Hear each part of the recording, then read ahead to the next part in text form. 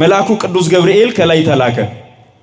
ከእግዚአብሔር ዘንድ በእግዚአብሔር ፊት የሚቆመው ቅዱስ ገብርኤል ምናልባት በአዲስ ኪዳን በብስራት አዲስ እንዳይሆን ያልተነገረ ብስራት ቢሆንም የሚነገረው ከዚህ በፊት ያልተሰማ ከሷ በኋላም የሚሰማ ያልሆነ ብስራት ነውና የሚነገረው ያ ቢሆንም ቅሉ ከሷ አስቀድሞ ዘመድ የምትሆነውን ኤልሳቤጥን ሊያበስራት ብስራት ይዞ መልአኩ ቅዱስ ገብርኤል እንደመጣ ይታወቃል። በዚህ ጊዜ ምንድን ያለው በሉቃስ ወንጌል ምዕራፍ 1 ከቁጥር 19 ላይ እኔ በእግዚአብሔር ፊት የምቆመው መልአኩ ገብርኤል ነኝ ያለው። መልአኩ ማን ነኝ? በማን ፊት የምቆም? በእግዚአብሔር ፊት የሚቆም ቅዱስ ገብርኤል ይሄንን ብስራት ይዞ ከሰማይ ሲመጣ መላእክትን ሰማያውያንን ወግኖ ነው።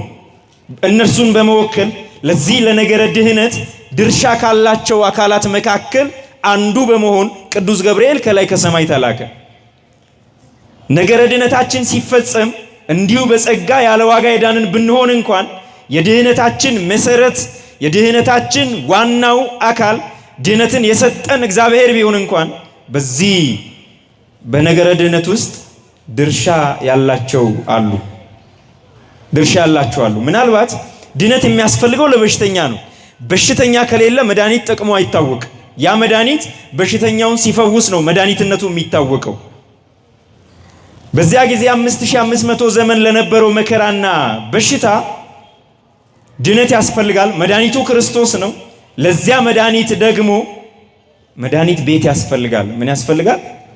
የመድኃኒት ቤት ያስፈልጋል። ዛሬ ድራግ ስቶሮች አሉ፣ በየቦታዎች የመድኃኒት ቤቶች አሉ። ሰው ሁሉ ምን ያህል በሽተኛ እንደሆነ የምታውቁት መድኃኒት ቤቶች ብዙ ናቸው። አሁን የሰው ቤትን ቁጥር የሚያህሉ ይመስላል ከተማ ውስጥ በዝተዋል። እነዚህ መድኃኒት ቤቶች ስላሉ ነው መድኃኒት ለሰው ለታመመ ሰው እየሄድን የምንገዛላቸው።